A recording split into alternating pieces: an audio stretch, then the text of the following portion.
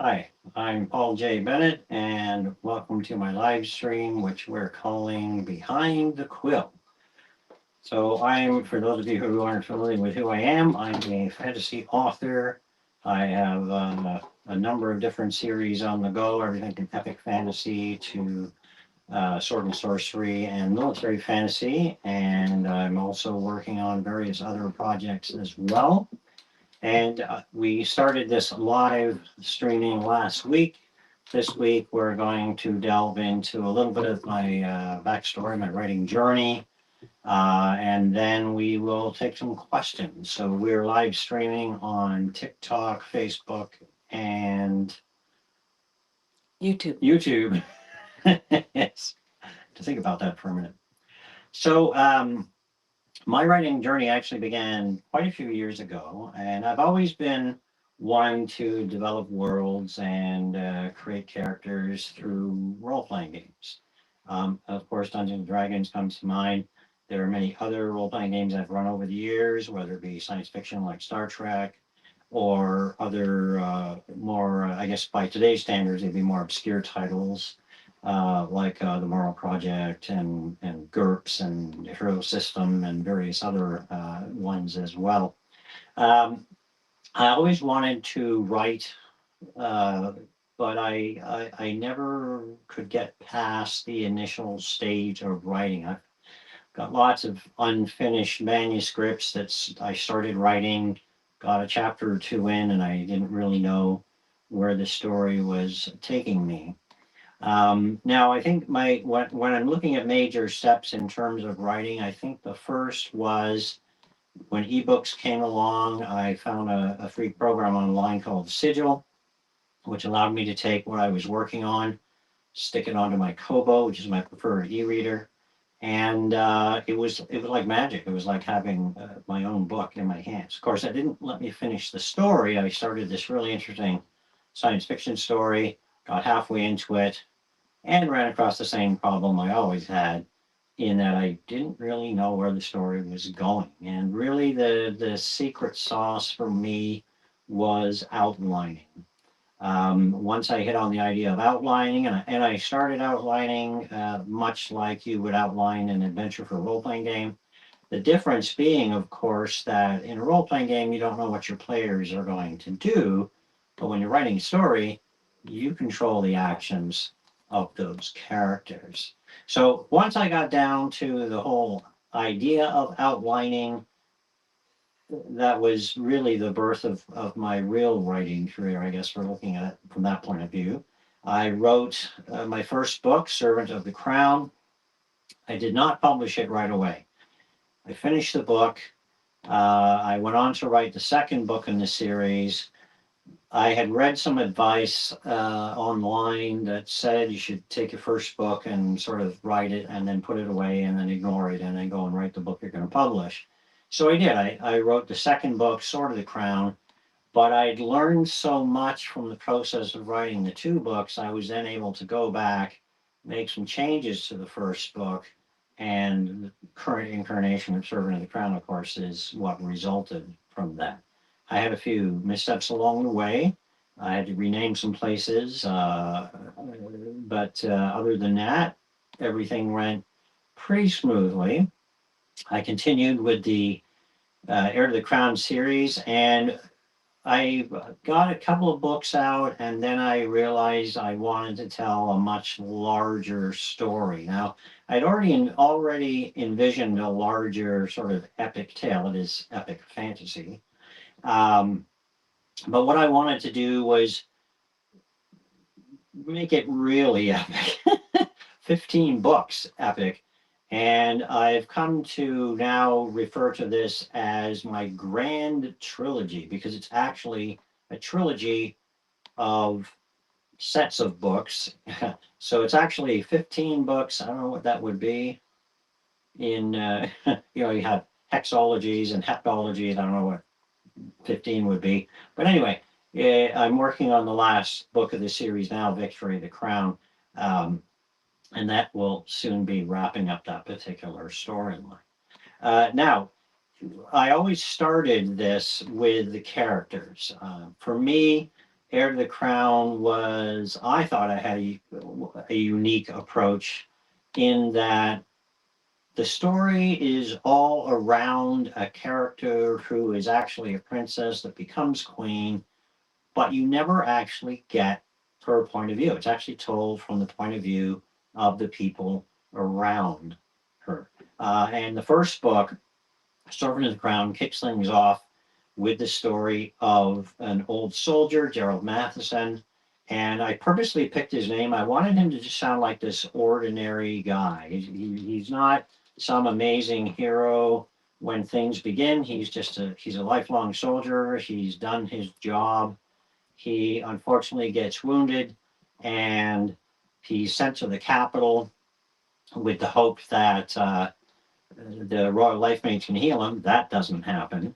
So he ends up with a bad leg, and well, he's put to work, and let's just say his new job doesn't turn out well. He's essentially saved from, I guess I'd say a fate worse than death, but I guess it would be death. He's sent to an estate in the middle of nowhere, and well, he makes a discovery. He learns that there is a young girl there. He doesn't know much about her. He's just sent there by way of saving his life. He becomes a groundskeeper, and the story continues on from there. And it's all about, the first book anyway, is about his relationship with a young girl named Anna. The second book was interesting also because, in a sense, it goes back in time. So this one is Sword of the Crown, follows a woman named Beverly Fitzwilliam.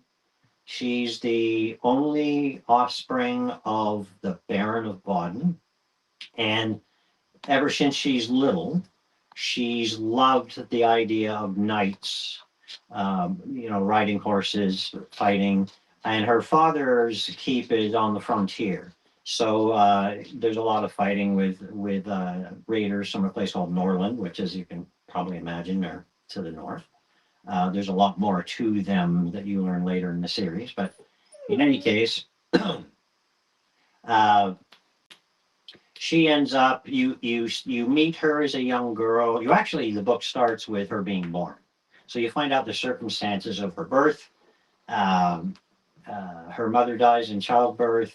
She is taken to the heart by her father. He doesn't blame her for her mother's death or anything.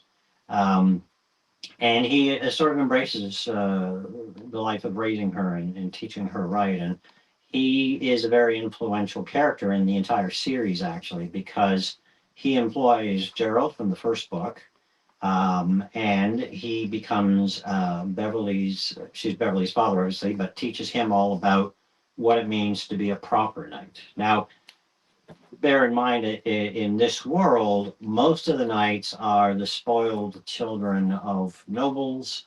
They have lots of money, they wear heavy armor and carry weapons, uh, but they don't have that sense of true nobility. So Beverly is meant to represent the finest of knights. If you think of the tales of King Arthur, she's like a Galahad figure in a sense.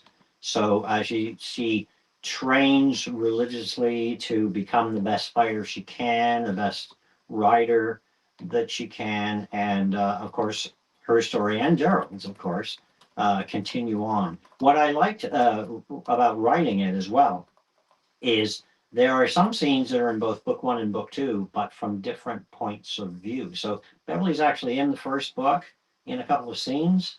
In the second book, you see the same scenes, but from her point of view, and it puts a slightly different slant on what's going on. Now, when I was done the second book, I had already planned out I was going to do a third book, which ended up being Heart of the Crown, but I wanted to sort of fill in some background information on some of the characters. And uh, I'd actually had some ideas that I hadn't used that I was going to put into Sword of the Crown, for example, but it didn't work with the flow of the storyline. So what I did was I wrote what I call Mercerian Tales. And these are books that are sort of background information. So the first one is called Stories of the Past. It's technically book 2.5 because the book takes place between books 2 and books 3. And it's basically most of the major characters, they're getting ready to go on this big trip, which is what happens in book 3. And they're sort of sitting around the fire telling stories. And the stories of the past are, of course, the stories that they tell. So we learn a little bit more about Gerald's character. We learn about an adventure that Beverly had. Haley, who's a ranger, dealt with some griffins and so on. I have a couple questions for you, Paul. Sure. Andrew wants to know if the books you wrote are the ones on the shelf. On the shelf behind me? Yep. These are the books here that I've written. These are all mine. This, can you see these ones in camera? No. Okay. So these ones over here, that's Heir to the Crown, including the half books, as I like to call them, the Mercerian Tales. They go up to, at the moment, they go up to 14. 15 will be out next year, which will finish that series off. Then if I go over here, directly behind me, I guess it's easier if I turn this way, we have the Frozen Flame. The Frozen Flame? Yeah. Yes, the Frozen Flame and Power Ascending over there. You can also see them right there. These ones? Okay, I wasn't sure if they were in camera or not. Now, the Frozen Flame is another series that I've done, and it's actually complete. It's an 8-book series. Each book is an individual story which tells a larger narrative. So you can read one book and get a complete story, complete tale. But of course, you're going to get more out of it if you read them in order. And my basic idea with this was I started with 2 characters. I always like to know the characters before I start writing. And that makes it easier to tell the tale once you understand what they are and who they are and what motivates them. So the 2 characters in this are Athgar. He's a Thuringian, which the other kingdoms sort of see as a backwards, archaic sort of people, remnants of a long lost civilization. He lives in a village which is secluded from the rest of humanity. And his village is attacked. He's left for dead. He's discovered near death by a group of orcs that they trade with, and they take him in, and he learns that he's capable of using fire magic. So magic in this world is based on the elements and a few extras. Won't go into that. That'll be a discussion for another day. Natalia, who's the other character in the book, she has magic from a very young age, which is unusual. So in my world, when someone has the potential for magic, they manifest at a young age, usually about the time they hit puberty, about 13, 14 or so. They'll begin to exhibit certain characteristics. For example, a water mage might be able to summon fish, or not necessarily summon fish, but sort of attract fish. Or an air mage might be able to, be friendly with birds, earth mages, friendly with animals, that sort of thing. Natalia is an exception. She actually exhibits signs at a very, very young age, much younger than what is normal. Now, you do find out as the series progresses why that is so. There's a reason behind it. So it's not just it's just suddenly this person is super magical. There is a reason behind that character being. Anyway, without getting into the entire series, they meet through happenstance, and then that all happens in the first book, Ashes. And from there, their story progresses and reaches, I think, quite a satisfying conclusion in book 8, which is Cataclysm. But once again, each individual book tells its own separate story with those characters. So this one was about your writing process, and we've had a few people who'd like to learn more about your writing process. Okay. My writing process begins with an idea. So Typically, I have a couple of text files on my computer with just quick ideas that I've jotted down, a couple of lines of text, and I've probably got at least a dozen of those for series I haven't even started yet. And then from there, my next step is usually coming up with the characters. What's interesting about the characters? What's their story going to be? What's going to motivate them?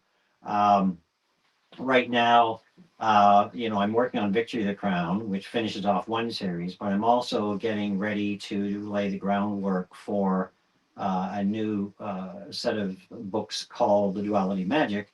And I've already got the character arcs figured out. I already know what motivates the two main characters, who actually are sort of related to the Frozen Flame series. I don't want to give away too much, although if you read my newsletter, you probably know already. From there, once I decide I'm going to go forward on a particular topic or a particular idea, my next step is to decide how it's going to start, how it's going to end. And then, of course, I've got to figure out how do I get from the beginning to the end in a logical structure. Now, I do this at two different levels. First of all, if it's going to be a series, I need to know how the series ends, but also I need to know how an individual story ends. So I often like to compare this to running a role playing game. You'll have a campaign where you have a group of players doing different adventures, but in a lot of campaigns, there's an overall arching story arc, which is what I like to do with my series. So, like I knew, for example, in the Frozen Flame, I knew when I did book one, it was ultimately going to end up with the results of Cataclysm. I didn't know the name of the book at the time. I hadn't decided on that, but I already knew this is how it ends. So everything is sort of building up to that. But once again, as I said earlier, each individual book is its own story. So then the next step is plotting out how things are going to get from point A to point B. Now, if you look online, there's lots of different techniques for doing this. Mine is similar to, I think, to something called the snowflake method, but I actually think more of it in terms of expansion. So the idea is I take what I've got and I expand on it. I just fill in more detail. And eventually, that's what I come up with. Now, depending on the nature of the story, there's a different emphasis. In Frozen Flame, it's sword and sorcery. The emphasis is more on the individual characters. Um, Whereas in something like The Heir of the Crown, the bigger story is the tale of a kingdom and a queen. But the individual books are more about individual characters. So Servant of the Crown is about Gerald. Sword of the Crown is about Beverly, and so on. So I like to figure out what that kind of focus is going to be. My next step is breaking down book by book. If I'm doing a multi-book series, uh, once again, this will depend a bit on genre. So I'll come back. I wrote a cozy mystery, a cozy fantasy. Those are more sort of standalone. They don't have a continuity. They're more like a episodic TV show that's each episode stands on its own, and there's no interconnecting threads really at all. But in these ones, of course, there is, and so I have to decide how am I going to break it down into, for lack of a better term, acts. Now, each individual book, I use something called a three-act structure. So the first act is usually introducing concepts and ideas and getting people on the road. The second act is sort of becoming aware of some sort of threat to keep it as generic as possible for explanation purposes. And then the last act, of course, is some sort of resolution to whatever that impediment was. I mean, it could be, well, usually it's fighting a bad guy or overcoming a villain or something. um, so that's how I like to break it down. Once I've got that straightened out, it's a matter of breaking it down even further and expanding, taking two or three sentences and deciding, okay, let's break this down into chapters. If I know, for example, that the main characters have to go from point A to point B. I look at my maps, I figure out where everything's going to be, I decide where they're going to travel, what could they encounter along the way. Um, in a book like The Frozen Flame, travel is featured more heavily because it's more of an individual story. In Heir to the Crown, travel isn't so much focused on, except in the early books, because later on you're talking power politics and that sort of thing, and it's more about plotting and fighting and that kind of thing, as opposed to just getting from point A to point B. There are some exceptions, though. We have some more questions. Are you they ever going to find out what happens to Cyric? What happens to Cyric? This is Sarah's question. So you might there's two possibilities. One, you haven't done a Cyric novel story for a while, or in Savior, Cyric goes off. Ah, okay. So I've got good news on both fronts. Cyric will appear again in the last book in the Heir to the Crown series. He shows up, of course, in Savior of the Crown. He featured quite prominently in Victory of the Crown. There's also a Cyric story in the editing phase right now.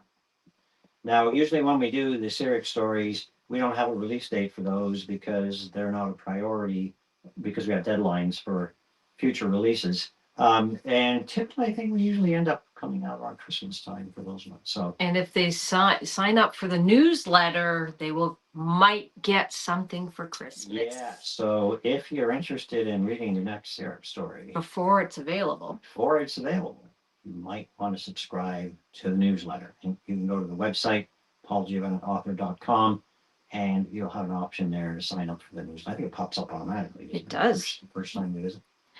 Someone wants to know what is the best way to make a book cover for you. So my book covers are done by Carol, my wife, and she's a Photoshop expert. Our early covers were done by our oldest daughter, who is a Photoshop expert, but she's busy with her job and everything. So Carol ended up taking over doing covers, and we also do a lot of trying to guess what to do the next cover. We like to have a theme. The actual covers on the Frozen Flame are a variation on the same cover, and we were kind of lucky with this one. We have I'm a hybrid publisher, No, so I read published. Hybrid published, because we publish our books, but there's an audio book of this whole series, or audio books, done by Podium, and Podium actually did this artwork and then said you can use it on all your books, so we did. Okay, and Dan T wanted to know about your writing process, which you were explaining. So he says, thank you, it was great insight. Kyle wants to know if you had to pick which book from each of your series do you consider to be the strongest entry? Oh, wow. That's I don't know if I could pick just one. That's like saying pick your favorite child. Well, let's change the question. What do you find the hardest book to write in each series? Usually the last one.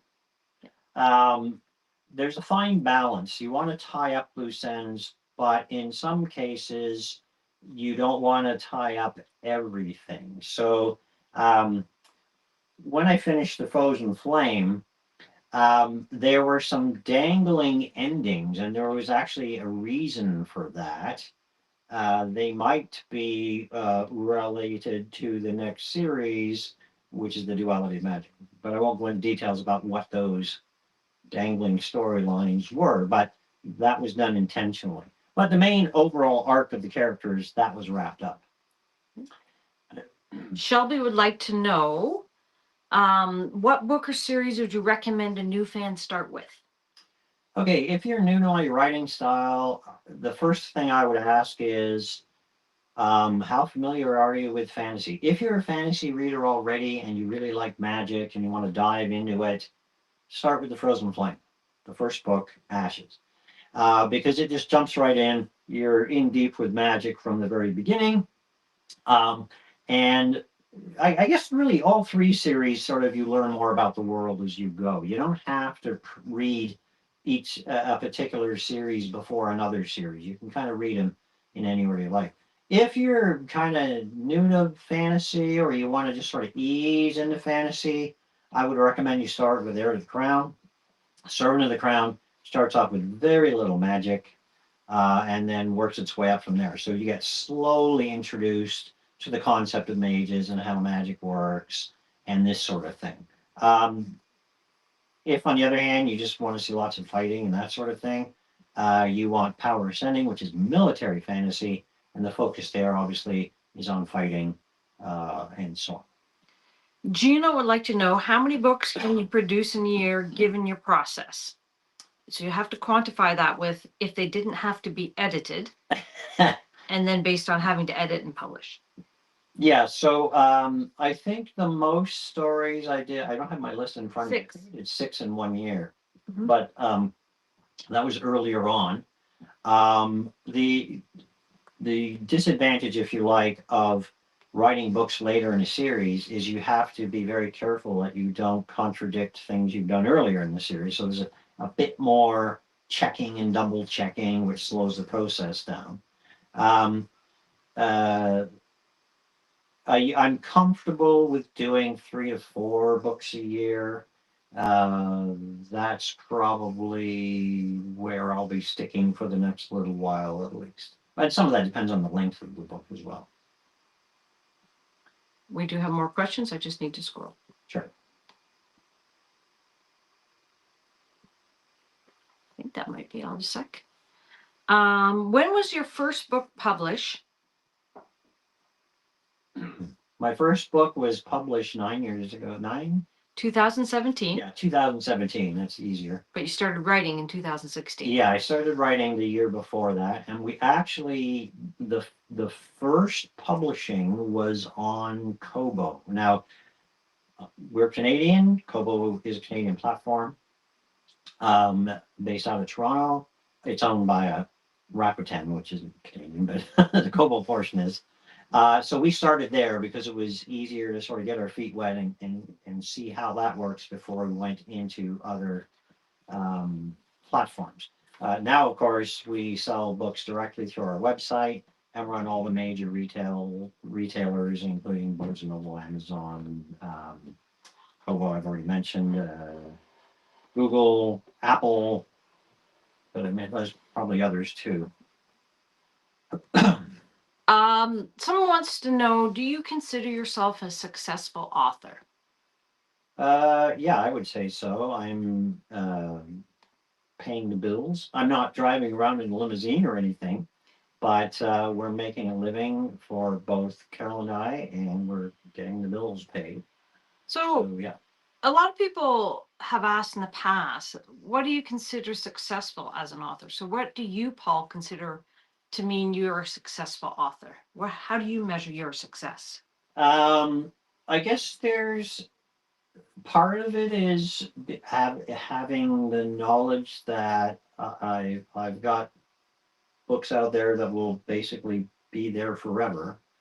But I think in terms of success, the act of completing the writing is satisfying, knowing that I finished a series or a book. That's very sort of self-fulfilling. But I really like the idea of being able to share the world and these stories with other people. So I love getting feedback that what people like about the books. Obviously, there's a financial aspect to it. I couldn't do this if I wasn't selling enough books to make a living. I did write for about 2 years with a full time job.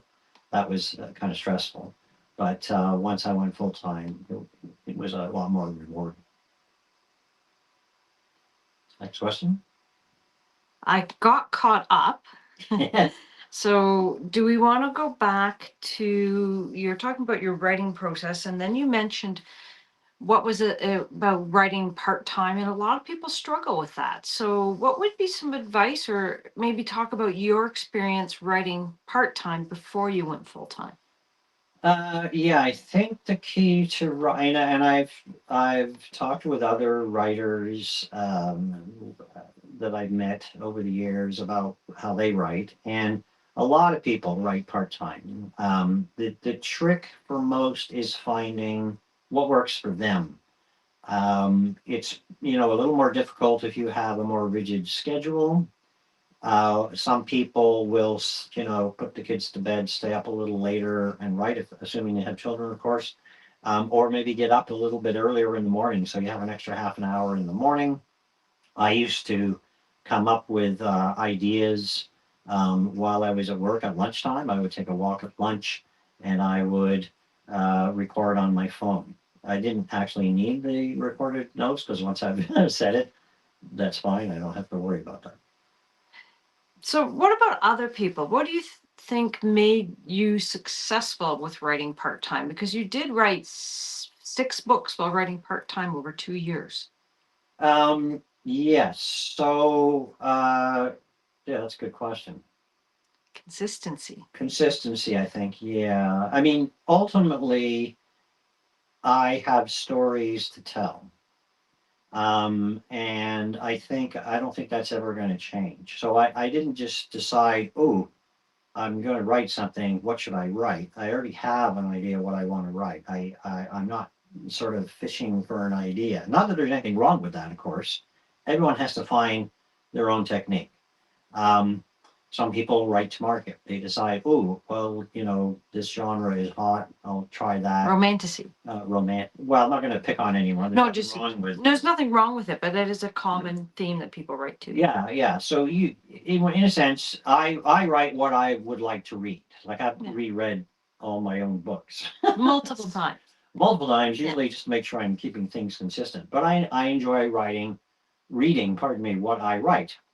And I think ultimately you have to enjoy the process and you have to enjoy what you write. I think one of the biggest shocks when you first start writing is realizing there are people out there that will read what you write. There's a what's the term? There's people that are afraid that what they write is not going to be good enough. Imposter syndrome. There Yes. you go. I still get that, right? I write something and I think, I'm not sure if people are going to like this, but they do. Yeah. And that it can be very surprising. And I know I remember writing before I came up with the outlining idea. I would write all this stuff and various scenes, and then I'd sort of go back to it later and think, oh, this doesn't sound good. And interestingly enough, I found some of my writing a little while ago, and I looked at it, and it was actually pretty interesting, but I just didn't have the confidence. And I think in some ways, that is a big deal. Another thing I would really stress, if you want to be a writer, this is going to sound a little weird. You got to write. That's your favorite advice. It is. You can't become a soccer/football star. I'll throw that in for the Europeans there and the rest of the world. If you don't practice the game, right? You can't be an expert at something if you never do it. If you write, the more you write, the better you will get at writing. It's you can't get better by doing nothing. You can take all the advice in the world, but unless you type or write or however you physically want to do your stories, you're not going to accomplish anything. That was actually Hunter's question is, what's your advice for a new writer? You said writing. Someone wants to know, do you do a rough draft or do you just write everything out? They write and then edit after. So if you just want to kind of repeat a little bit of how you outline, and then I'd like to talk about the editing process because that's something you struggle with. Sure. So yeah, my procedure is I have a pretty extensive outline before I write the book. But sometimes I have to rejig the outline. And usually what happens is I'll finish the second act and I'll have to rewrite parts of the third act. The overall story remains the same, but because characters have been developed through the writing process, I need to make changes. Or in some cases, right now I'm working on Victory the Crown. I'm pretty sure I'm going to be going back to the outline tomorrow. And well, let's talk about that because you've got 37 books under your belt. 36 published, 37 when I finish editing it. Next one. But you're writing book 38 and you're struggling to the point that you didn't sleep all last night thinking about it. Yeah. And so how do you deal with that? I mean, you're an accomplished author and you're stuck. I think it sometimes takes me a while. Like I find the hardest part of a book is starting it. You want the opening scene to be good, gripping, grab attention, or whatever, however you want to put it. And I've on several books actually I've rewritten 2 or 3 chapters right at the very beginning because I just couldn't get into the flow, even though I had an outline.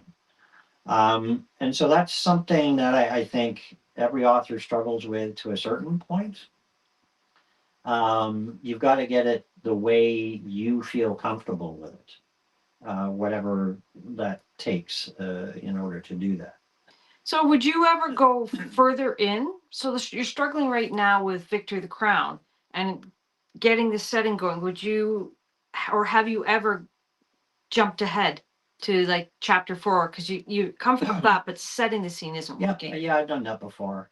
Another thing I do is sometimes when the story gets too complex, like if you're following multiple characters, and this happened in some of the later Heir of the Crown series, where you're following events in the continent, you're following them in Merceria, and you're following them um, in the bad guys' camp in Hilaria. So what I did was I wrote a separate outline for each storyline, and then I interwove the chapters together. So yeah, sometimes breaking a larger task down into smaller tasks makes it a little bit easier to deal with. But you have to be very careful if you're doing that to make sure the timelines line up. So that can sometimes be an issue. As for the actual writing process, once I start writing and get past that part of it, I usually write the entire book. Then it goes off for editing, and then Carol does the first couple of rounds of editing, and if there's any plot holes or areas that don't work, she'll we'll sit down and discuss the scenes. That's actually the most nerve-wracking part, I think, of the process is the editing process for me personally. It's hard to put down all the text and then have someone critique it because, in a sense, they're critiquing your writing, but it's a legitimate process you have to go through to make for a better story. But it's still a struggle sometimes to do that editing aspect. Somebody had a question for me and wanted to know, was Kyle, if I would ever wanted to write a book or if I just preferred um, the editing process. And my answer to that is Paul is the creative genius, and I'm here to polish the stone that comes out of the ground. But do not have the creativity to start from scratch. I tried. I kept editing it and editing it and editing it, which is what a lot of authors have. Yep. Is they can't get past the editing, but you don't edit as you go at all. No, no. It's funny, when I'm writing a book, there's always one overused phrase. Oh, more than It one. varies. Well, I mean, each book seems to have its own thing. Yeah. So you have to understand the way this works. I finish a book, I work in a program called Scrivener. I export it to Word. Carol gets it so she can begin the editing process. But then I'm on to the next book. So if Carol comes across like, oh, you're overusing this phrase, for example, I might be halfway through the next book. So then I've got to try to correct to not use that phrase. So There's always a new phrase. There's always a new phrase, though, right? Christopher just published his first novel yesterday, and he hopes to one day have a stack as big as yours. Well, congratulations, Christopher. What may I ask? What style of book you're writing? Is it fantasy, epic? Shauna, well, we'll see. We'll see if we can get an answer. The Monk's Game gives you a big red thumb up, and the Monk's Game wants to know how you write so much. So, how do you get so many ideas for books for your series? What's going through your mind when you're making one? All right. So for that, we have to go back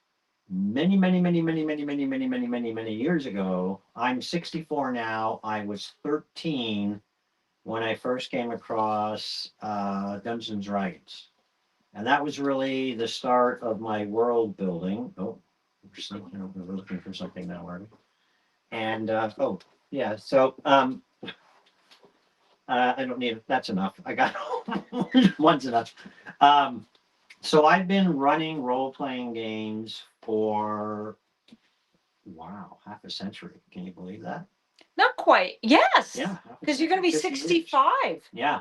Um, now, uh, I've played and run many different game systems, and you might think, oh, you must run D&D. Actually, I don't run D&D. I play in a D&D game. I actually run my own fantasy rule system because I wasn't really happy with the rule books that were out there. There were things that I wanted to do differently than what was in the book. There's nothing wrong with things like Dungeons and Dragons. I had a different idea of how the mechanics of magic, for example, was principally magic, and how they would work. So I developed my own game system, and it became well. This is the campaign book, Heir to the Crown, and this is basically where Gerald and Hannah and Beverly and all those other characters originally were developed. And interestingly enough, the same rule system in a different campaign was used to create the characters of Athgar and Natalia. They were what's called NPCs. So I embellished them and made give them bigger backstories when I wrote the books. Doc Augustus says hi. Hi, Augustus. Christopher's writing a sci-fi book about a robot taking care of a little girl after the apocalypse called A Cold and Heartless Lullaby, which is an awesome name. Oh, that is A Cold and Heartless Title, Lullaby. yeah. That sounds interesting. So his family just came in and he's got a question. What's your advice for getting your first novel finished? He's been working on his since childhood and feel like he's just starting over every time he comes back to it, which, I mean, you did talk about that, but again, it's the outlining for you. Yes, there's different approaches that you can take to writing a story. The trick is finding the one that works for you. What works for me might not work for you. Some people can just sit down and spit out their, well, I shouldn't say spit out, that sounds negative. But No. And just kind of come up. And it just comes. It just comes to them. Yeah. I tried that for years. It didn't work for me. For me, as I mentioned earlier, the magic sauce was outlining. Once I started outlining, everything sort of fell into place. But a lot of that experience came from running a role playing game. I've met a lot of authors who have a background of running role playing games. It actually forces you to sort of think a little outside the box sometimes and helps you develop, particularly for things like fantasy. A lot of authors get their inspiration from doing a twist on some traditional story. Like you take, I don't know, Rapunzel, let's say, and you decide to give it a twist. What if Rapunzel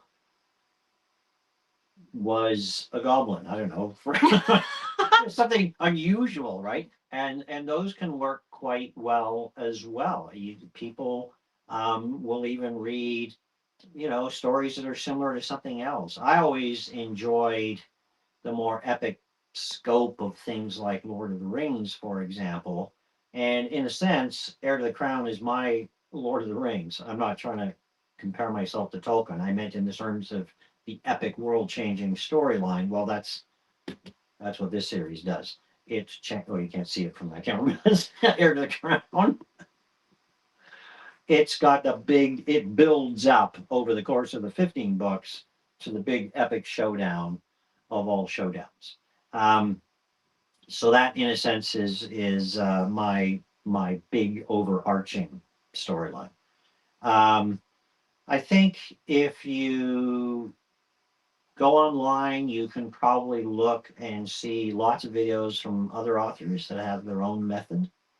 I recently attended the Fantasy Forum, where I got to hear from other authors, and it was interesting to hear how what their writing process was. In a lot of cases, it was very different from what mine is like. Some of them, it was one or two people that they when they start writing the story, they don't know how it's going to end. They let the characters decide how it's going to end, which was alien to me, but obviously it worked for them. So it's kind of cool just to see all these different approaches. So once again, the trick really is finding what works for you. So if you find and you're not completing, try outlining. If it doesn't work, try another technique. There's a lot, like I said, there's a lot of them out there. You can sort of pick and choose, and the internet's great for finding stuff like Someone just wants to know example of an outline, like so. that. If you just go through your process, how you go from a sentence to every single chapter. Okay, so first let me describe what my outline typically looks like. So I just use a Word document and I use bullet points. Major bullet points will have numbers, that'll be a chapter. And then when I want to fill in details, I just do indented, you know how you do like tab or Yeah, whatever, yeah. indents. And then those is what happens during that chapter. Um, and for a typical book, usually my outlines are about 30 pages, unless it's one of the shorter storylines, like Syrup, for example. Um, and what I do is I try to, I come up with the chapters. I like to name the Well, chapters. how do you? So that's where you end up.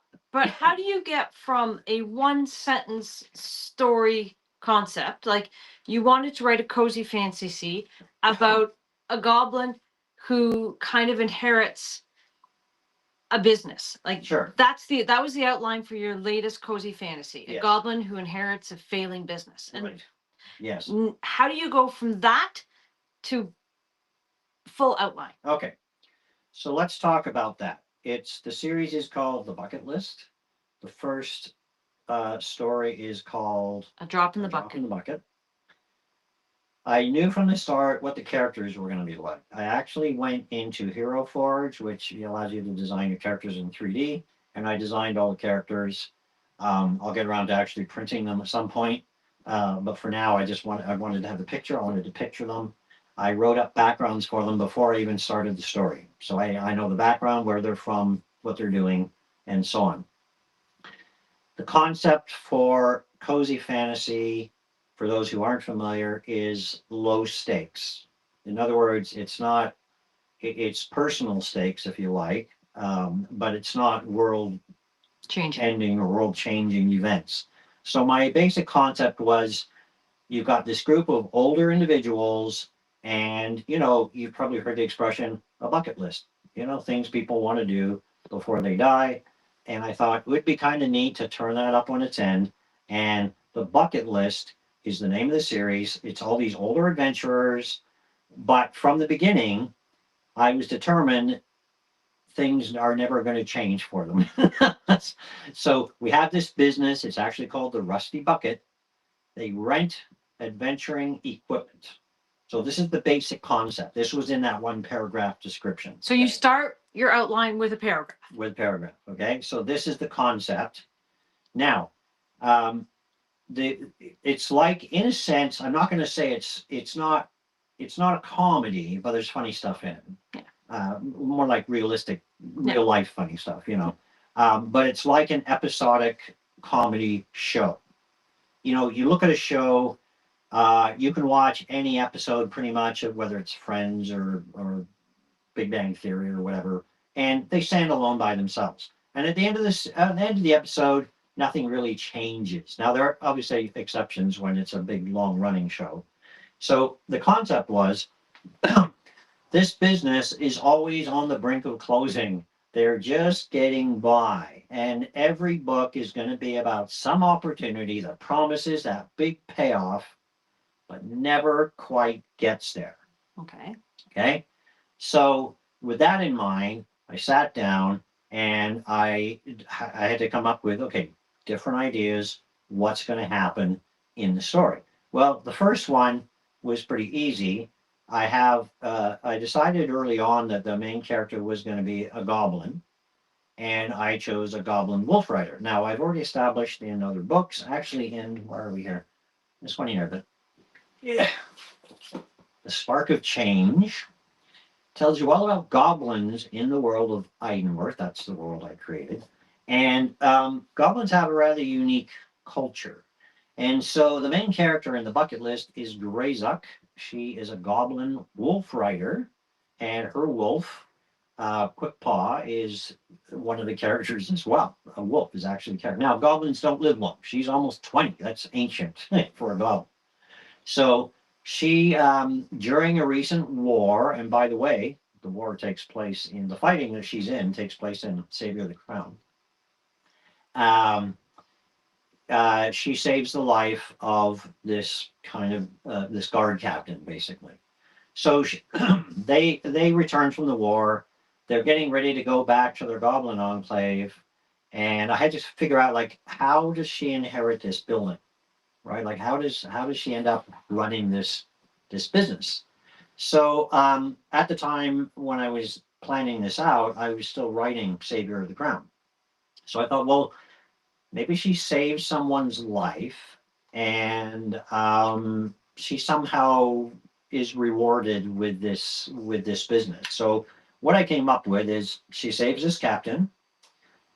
She's on her way back to the goblins. The goblins are in a position where they're starting to grow their population, but when goblins get beyond a certain number, they start fighting amongst themselves, and their chieftains that has this discussion, and she's part of the discussion, saying, "How do we not do that? Like, what's the secret that humans have that allows them to live in such large numbers without killing each other?"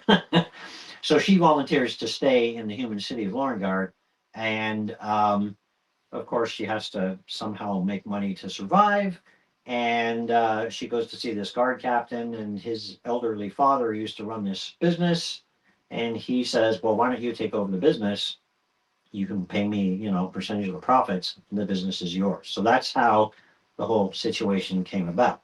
Now, the first book has to cover all that. It has to explain all that. So the first story is really about her becoming the owner of the business, and then meeting the other members of the group. There's actually six in the group, six main characters that it ends up. Um, and it establishes the concept of having to do something in order to make ends meet because the business is not going overly well. So then I had to come up with, okay, here's the business. Oh, one of the fun things I did, I looked up a whole bunch of role playing games for travelers' equipment to make a list of like what do travelers need? They need ropes, buckets, they need shovels, picks, spikes, iron spikes, camping equipment. I had a big long list. Not all of it's mentioned in the book, but at least I knew what would be there. So that alone, taking over a store, I thought, well, okay, you're taking over a store, it's run down. The guy really hasn't been running it for the last couple of years, so tools are going to be rusty. She's going to have to find someone to repair them. So that was at least a couple of chapters right there, just trying to find people. Then I had to throw in a little bit of what's the word I'm looking for? Conflict. So she's running a store. She's approached by some nefarious people who basically want her to pay protection money. So that leads down a whole nother path. That's a few more chapters there. And then one of the characters that she meets, actually, the first character she meets right off the boat, so to speak, is an elf. And so the elf is interesting. When I came up with her, she's an enchanter. That's the type of magic that she does. But she's an elf who works in a tavern because the human population of Lorengard really doesn't kind of trust mages, so she can't really make a living as a mage. So she's working in a bar, and this is where she meets Grayza. So this all kind of grew by just sort of delving into more detail, right? Like, okay, the concept is I've got a store. Okay, what's in the store? Okay, what is needed to run a store? One of the things I came up with is, oh, well, Grayzak is a goblin. Goblins don't read. So how do you keep track of like how much money you're making and things like that? So that led led me down another path, and then that's where the story grew from. So did these ideas come out as you were outlining it or as you were writing it? Because we were talking about the outlining process. That's part of the outline. That was all in the outline. So in some ways, you're a bit of a pantser when you're writing the outline. That's when it all comes to you. It's almost like a draft zero, so to speak. I guess you could consider it a draft zero. I don't consider because it's writing an outline, right? But yeah, most of the story elements of the outline, the actual characterization, like I don't generally put dialogue in my outline unless it's a specific phrase or something that I want to use. Um, so the outline will basically say things like, oh, for example, one is she goes to meet the guard captain. That's a whole chapter. So she has to figure out where does he live. She talks to the barmaid and figures out where in town she's got to go. She travels through the city. It's all strange new sights for her, right? So she's seeing all these buildings. There's just masses of people everywhere from her perspective. You know, she's used to a tribe with like 50 goblins or so, and here's a city with thousands of mostly humans. And so that was all became part of the outline. How much does your outline change once you've written the story? So basic concepts don't change in the outline, but details will change. A good example, when I was writing Power Ascending, um, I have in the second book, Warrior Lore, the main character, Ludwig, is basically, he's told by the king that the king's going to arrange a marriage for him. So he travels to meet his future wife, who's in another kingdom. And um, I was originally going to have her die off, and then he would have to kind of struggle with being a single parent, right? Except that he would be a baron or whatever. And I thought that would be kind of interesting. But when I wrote the character of Charlotte, who became his wife, she was just so interesting to me.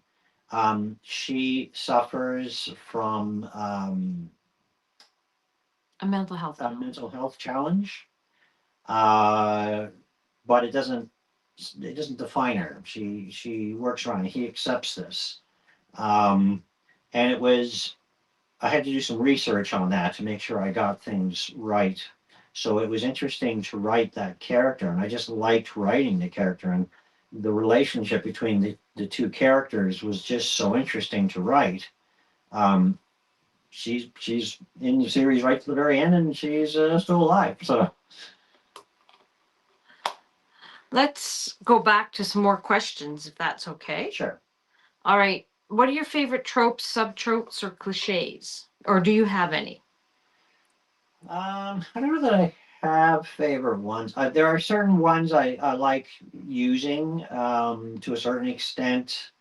I kind of like exploring theme. I don't know if you call these tropes. So I explore themes of things like ageism, racism, only through a lens of other species. So humans in this world, regardless of, well, I shouldn't say that because the Rangers kind of are the exception, right? Yeah. Uh, um, the orcs, I like writing the orcs. I developed a unique culture for them, and everyone else sees them as bloodthirsty savages, which is the way they're generally portrayed in a lot of books slash movies. You know, sort of the Tolkien orcs kind of thing. So I gave them a different spin, but the rest of the world wide world still kind of thinks of them in that way, and that leads to a lot of surprises as the story develops. So it was kind of fun. That's kind of a tropish, I guess. Um, I did do. I guess I do, in a sense, have the chosen one in the Frozen Flame because Natalia is a very powerful mage, but there's a reason for that, and it's not like she's not chosen to perform one particular task.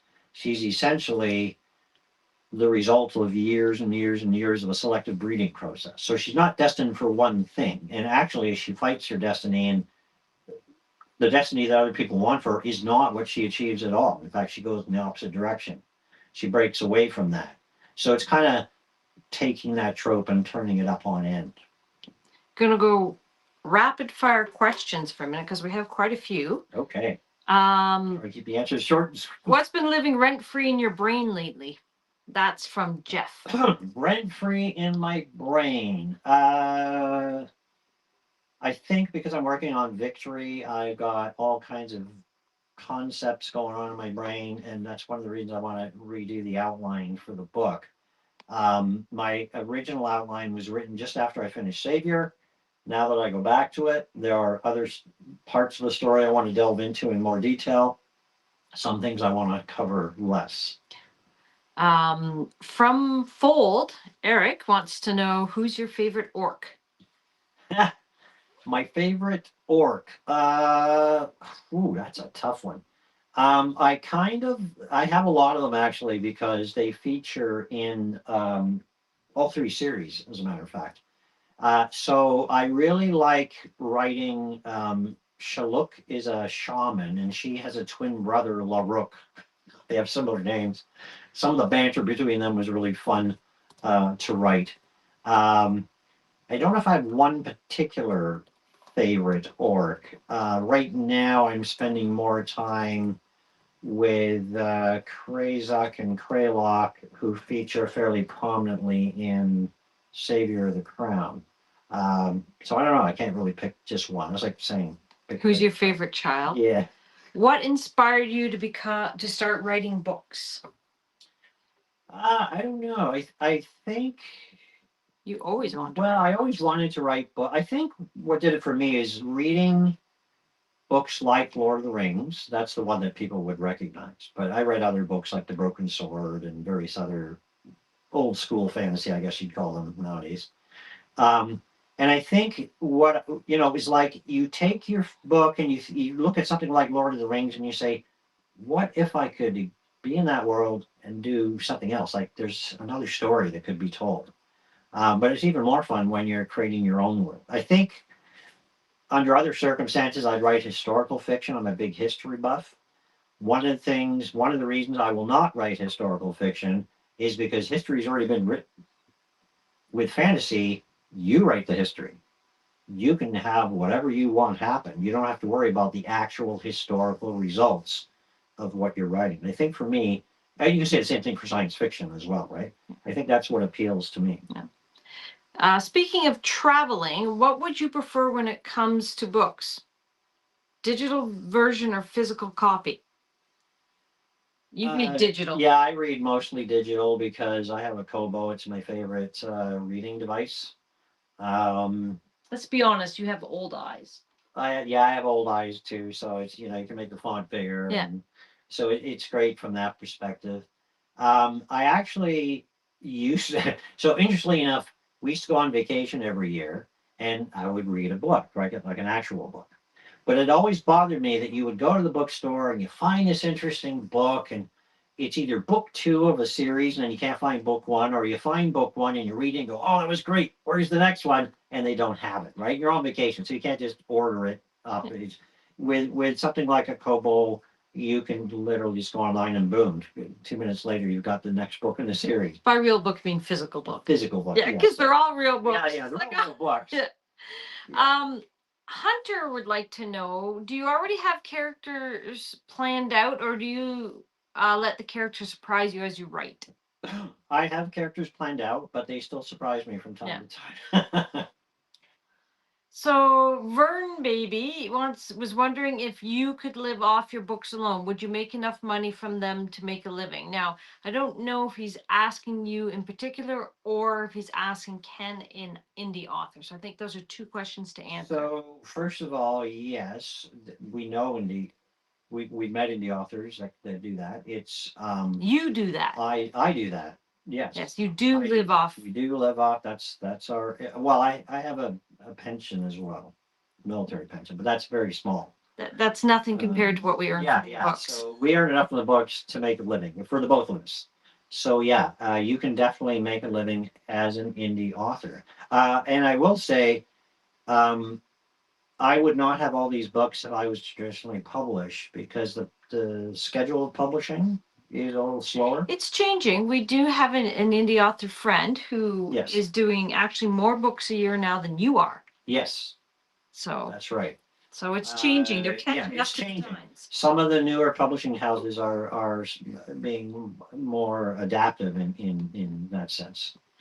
Kahir, do you ever hit a wall when outlining or writing a story where you think the story is boring? If so, how do you work through that? It's not boring, but not working. That's Yeah, what you're doing well, right that's now. what I got right now with Victory.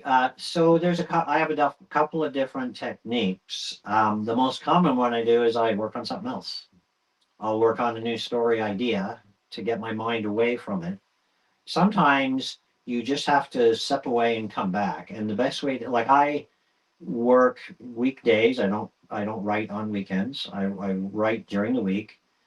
We have like regular business hours, so I'm not like I treat it as a job. Um, but sometimes even then you just don't, you're not in the mood for writing. But there's always stuff I can do. Sometimes I'll just be developing new concepts or taking one of my, one line idea for a book and just saying, spitballing, like, what could I do with this? What could I have for a character? That kind of stuff. So for Warrior King, and it's interesting, we only realized this today that ending a series is very difficult for you. But for Warrior King, you had to put it away for a week because you just couldn't write it. Yeah. Yeah. It's it there's a sense when you in I mean, to a certain extent you get this with every book, you want it to end the right way. But when you do a series, it's a little bit harder because, in my opinion, because you want to sort of wrap things up in a satisfactory. You want to make it feel like it's a series, not just a bunch of individual books. Right now, once again, that depends on the kind of book that you're writing. As I mentioned earlier, the bucket list won't be like that because there's no real end. It's just another tale of this group of individuals. So Drew wants to know how many books do you sell or how much you make a year on average, which you would have absolutely no idea because you just write the books. Yeah. So I can answer that. Paul grosses about $140,000 a year on his books, but spends 75% of that in the production thereof, marketing and all the associated costs. Yeah, that's the one thing I think was Advertising is a big chunk. Yeah, and I think a lot of people think, you write the book, you put it out there, people will read it. Write it and they will come. Yeah, that doesn't happen. You could be the next Stephen King, but if you can't get your book in front of people, Yeah. it's not going to sell, right? You could have a great book, but you got to get eyes on it. Yeah, and we've actually, I think, given away more books than we've sold. So the last time I checked, you'd sold over 250,000 books, and we'd given away about 450,000 books. But Yeah. I haven't checked for about 6 months. Yeah, and there's a certain strategy to if you just have a tale you want to tell, there's nothing wrong with that. If you literally want to make a living as an author, It's a business. it's a business. And in business, this kind of business, a series is a better way of generating revenue. Because let's face it, if you have a good book, people will read the book and then they're done that book. If you have a series and they like book one, chances are they're going to like book two. What we find is the different websites allow you to analyze sales all over the place, and you can see like we often give away book one for free. Well, right now we've got, I think, Ashes and Servant of the Crown are free. for free. Um, when you give away free books, the number of people that will go on to buy other books is relatively low because a lot of 2 people to just 4%. 2 to 4%. So a lot of people just collect books because they're free. Yeah. Right. So there's a certain numbers game that you're playing. If you can give away, the more free books you can give away, the more you can sort of hook them into reading the rest of your series. But what you do find, or what we found, is once you get past book two, you've pretty much got them. I think once they make it to book three, Yeah. they're hooked for the It series. goes down. So especially longer series, we lose people around book 7 or 8 Yep. just because it's getting long. Not that they don't like it, it's just life gets busy. But generally from book 2 to 8, you'll lose maybe 5 to 7%, and book 8 to 9, we lose about 10. But at least half the people who read book 2 are still with you on book 14. Yeah. For you, those are our numbers. Augustus wants to know what's the mapping tool you use again to make your maps. I use a program called Incarnate. So Incarnate is spelled with a K, Inkarnate. So you just Google Incarnate, or I think it's incarnate.com or something. Yeah. It's, I believe it's free to use, but if you pay, you get more storage or whatever. I think we pay for ours, so you get to create folders. And we can use it commercially. That's what. Oh, that's it. Yeah, you can use it commercially. So you have to be careful about stuff like that. Yeah. Some of the licensing, if you want to put them in your books and stuff, you got to make sure you cover that off. Ross wants to know, have you ever read A Song of Ice and Fire? I started the first one. To be honest, you loved the movies, the TV shows. TV show Yeah. I liked. I think maybe if there was a different version of the book, like the version I had didn't have a character list or anything. I just found for me, there were too many characters introduced in one go, and it was hard to keep track of who's who. That's what you do in your books, in the sense that you introduce characters slowly, so you get to know the character and get to know the voice and the personality. Yeah. Like if you jump into something like one of the later books in Heir to the Crown, there's dozens of characters, but you've learned all about them as the books have progressed. Well, so it just wasn't my stuff. There's lots of people love the book. So someone wants to know that they enjoyed Game of Thrones. Might they enjoy your work? Is it comparable? And it has a lot of similarities, not the now to characters, but the rich world building. And what other things would you say are similar to Game of Thrones? Well, the world building definitely. So Game of Thrones is based, a lot of George R. R. Martin stuff was based on War of the Roses, the politics, that sort of thing. So you have a lot of politics. I have a lot of politics, but one of the big differences is my characters are not, I don't have any morally gray characters. True. They're good and they're bad.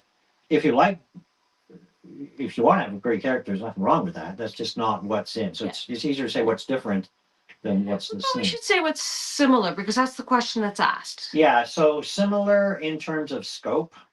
Yes. It is a unique world. Idenworth that I created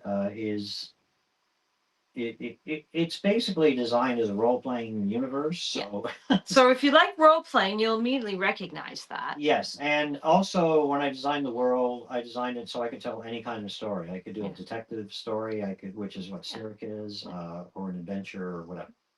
Cricket wants to know, have you ever read A Tale of Two Cities?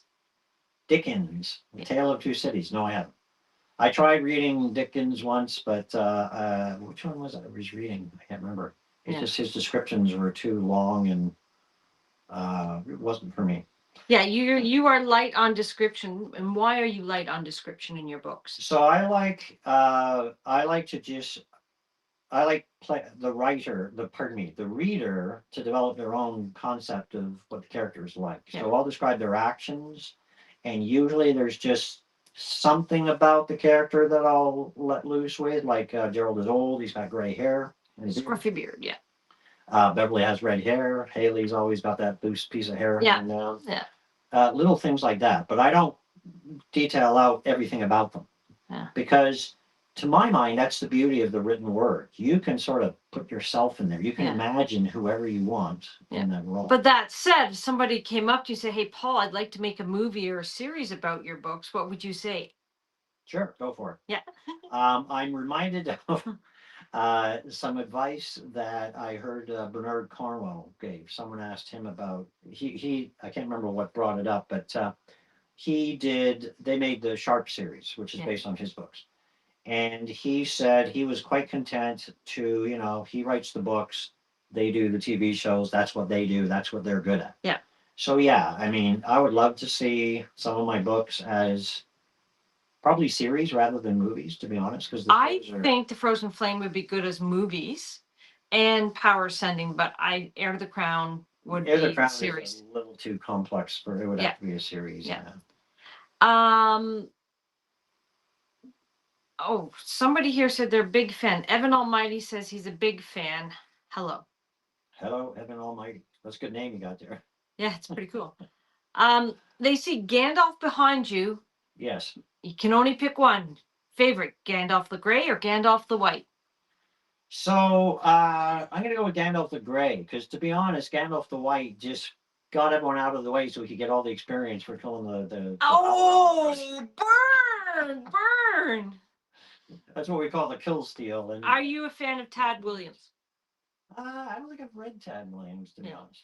What? That was golden. Womp would like to know, what age group are your books for? Definitely 14 plus. Yeah, I'd say 14 plus. There's no sex, so you don't have to worry about that, or spice. There are some Yeah, we say spice. violence. There's a lot of violence, especially So fighting. the violence is fighting. There's not gratuitous blood everywhere violence like Kill Bill. True. Yes. But it's realistic fight scenes. Yes. Yeah. And From Fold would like to know, Eric, do you have a historical timeline for your world and how far does it span? Oh yeah, I do actually. They have two, one on the website. So I actually have two different documents. One is the history of Merceria, which is featured heavily in Heir of the Crown. The other is for what's called the continent or the petty kingdoms. And it covers 2,000 years ago, we're talking like in 2,000 years ago, there's a great war between the dwarves and the elves. So that's kind of the time period from there forward is what's covered in my timeline. And anytime I put a reference in a book about a particular item, I'll throw it into my timeline so I know when it occurs. I can also look at the timeline to see when the different chapters of the different books happen. And you have a timeline, two timelines on your website. Yes, if you go to the website, you can get a timeline based on the release dates of the books or based on the chronological time that the books take place in. Yeah, because if people had wanted to read them chronologically, that would be difficult. It would. You'd be jumping all over the place. And some books cover more years than the others, so that makes life more complicated. Is Fear Me appreciates your advice, but would like to know, sorry, it bumped up as I was about to ask it. How long will you work on an outline before starting the story itself, and how long until you're ready to publish? The time for outlining varies considerably. When I'm doing the second or subsequent book of a series, I generally, as soon as I finish the first book, I go in and I work on the outline for the next book. Even though that's not the next book I'm writing right away, I tend to flip between series. I will put in more or less a basic outline, and I'll add little notes about what I got to remember to include things like things that are left dangling from the previous book. My actual writing process how long it takes to write a book once I start the writing, will depend on the size of the book in terms of word count. Generally speaking, I try to write about 3,000 words a day. Sometimes I can get up to about 5. I think my record was 7. 8,300. Oh, there you go. See, but usually about 3,000 is about the most I can get out in a day. Now, having said that, I'm a fast typist, so that helps. And then how long until you're ready to publish? I have to edit it, so. Yeah, that's more Carol's schedule because she's balancing a lot of other things as well. Yeah. But usually from the moment you start outlining till it's out in the world is 5 to 6 months. Yeah. We've got some more questions here. Drew wants to know, do you ever plan on stopping writing or moving in this book universe and going to a different book universe, or are you going to stay in this book universe? So all my fantasy stories will take place in Idenworth, but I do eventually want to try my hand at some science fiction. I've got some ideas that I would like to try, but those are years away. I tend to be writing for quite a long one. Someone wants to know if you're going to go on tour in the US. Not really. I'm not making enough money to make that worthwhile. Just the cost of the airline alone would Yeah, that's use up more of all a the savings. traditionally published because the traditional publisher pays for it. We'd have to pay for it ourselves. Yeah, yeah. I don't. I'm not at the level where I'm selling books like Stephen King, for No. example. So I can't really afford to do something like that. However, having said that, within driving distance, probably in southern Ontario. Well, that's a point. So you did an event recently, your first event ever, and you had a great time. Yeah, yeah. We went to the Fantasy Forum, which Eric knows all about since he's online. Yeah. And you're doing another one in November. Yeah, and we'll have more details once we get those. I just have to read through them. I Yeah, haven't had a yeah, yeah. chance. But as we get closer to the date, that's like Yeah. November anyway. And that'll be people can buy your books and sign them. But how do people get your books now signed? Can they do that? Yeah, if you want a signed book, you can order directly from our website, pauljbennetauthor.com. There'll be links in there so you can peruse the books. Yeah. You can also order just ebooks there as well. But if you want to, I can't sign an ebook, so. So yes, we do sign books, and we send them out in a little box. It's funny that you say that. One of our distributors is looking at signing ebooks, so they are looking at a way to do that. Yeah, and the technology is always evolving, so I Yeah. shouldn't say never. Presently, there Yeah. isn't really a way to do it, but yeah, maybe someday. Golden wants to know who are your favorite fantasy authors, and do you draw inspiration from any of them? Yes, Bernard. actually, well, Bernard Cornwell is a fantasy author. Yes, he is. He is. Oh yeah, yes he is. I guess Winter he did King. Excalibur, Winter King. Well, yeah. Well, that's sort of historical fiction, but he did do Arthur's. Arthur, yeah. Stuff. Yeah. I think for me, Catherine Kurtz, the Darenai series was a big Phenomenal. influence on me. Also, I want to say, let me just check my shelf here because I know it's here somewhere. What books? Tell me and I'll get them. Not Jack White. There we go. Jack White, a Canadian author. I don't know if you would know him. His are historical fiction. Well, I shouldn't say that. He did a whole bunch of books based on Arthur, King Arthur, but he based them on Roman Britain. There you go. This is the first book, I believe. Oh, this is the sequel. This is the second book. No. But so this reimagines the tale of King Arthur in post-Roman Britain. It's really a good series. I'm gonna have to go back and reread that. Actually, it's been a few years. So that was a big influence on me.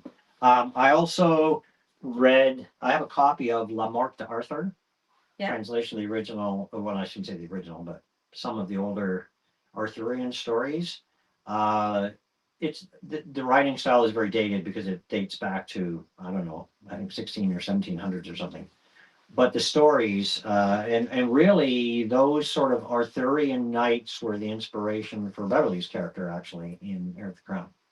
I wanted to have that noble knight that sticks out from the rest.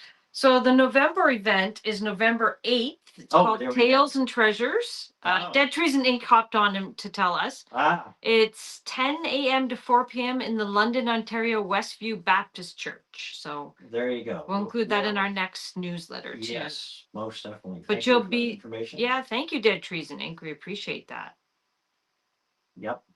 Now, this Paulie has a couple more minutes for questions if anybody has them. But on that note, what is your favorite part of writing, Paul?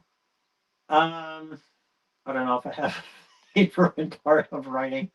It's whatever I'm doing at the moment, I think. There's a certain sense of satisfaction of finishing off a book, having it, and I mean finishing like my first draft, but also seeing it go live is very sort of satisfying, and hearing from people that have enjoyed the stories and actually, I think maybe that's the best part, hearing back from people on social media or through email or whatever about how much they enjoy my stories. I really never thought when I started that I would get so many people who enjoyed the stories that I've written.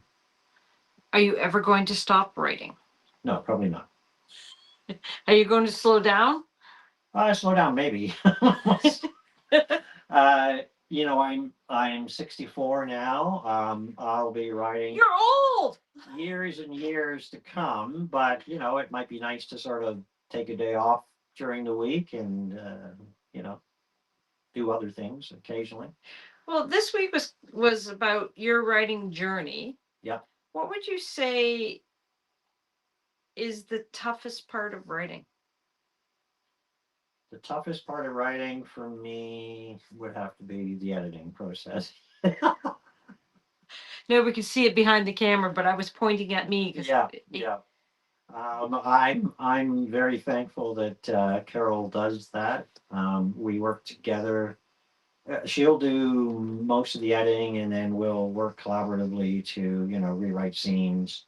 Um, if it's changing a line or two, or what she knows the characters as well as I do. So sometimes she'll say like, there's we I there's a said scene. they wouldn't say that. Yes, there's. I remember writing a scene with Beverly Yeah, and I had concerning her father, and she said, "No, this doesn't work," and I had to agree. We ended up rewriting it, but you kind of need that feedback. Sometimes you're just so focused on getting on with the rest of the story Yeah. that you forget this is an important point for this character, and you need to sort of be in the moment as you write it.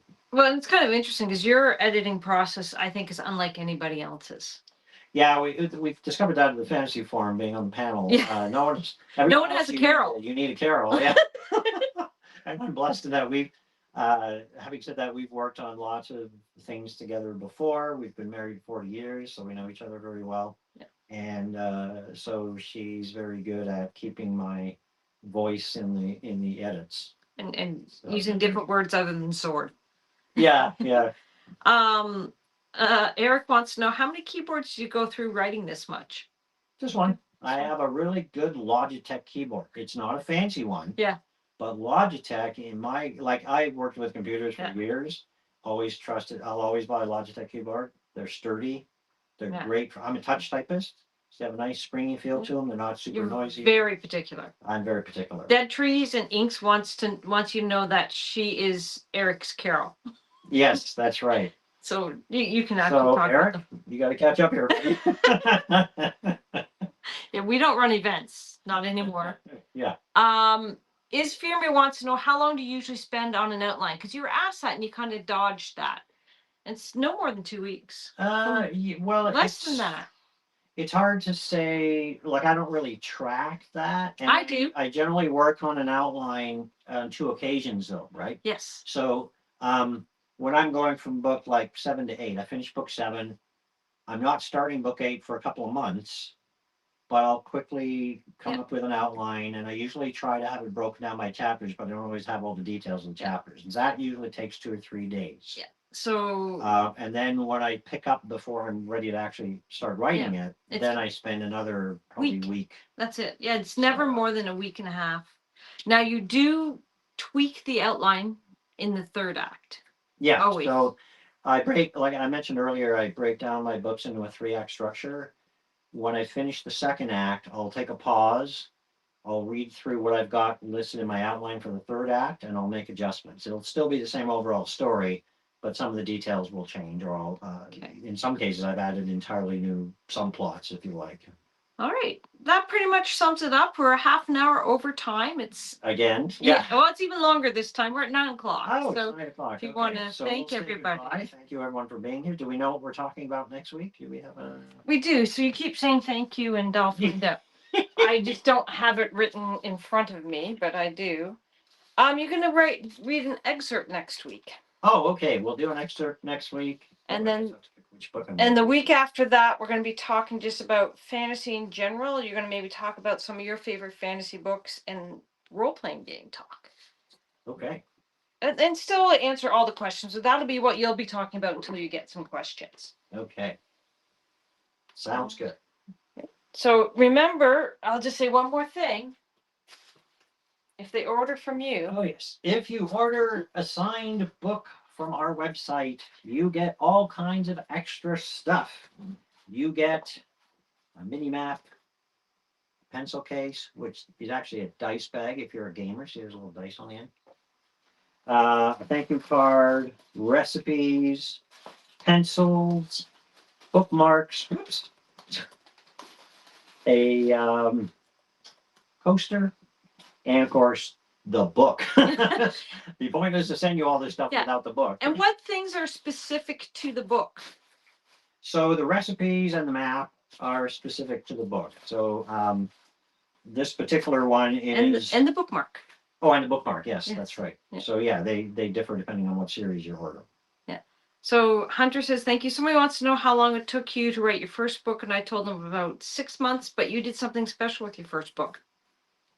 Yeah, I chucked it to the side. And Yeah, wrote the I second one. mentioned that earlier. Right? So I literally put it aside, wrote the second book, and then I went back and fixed up the first book.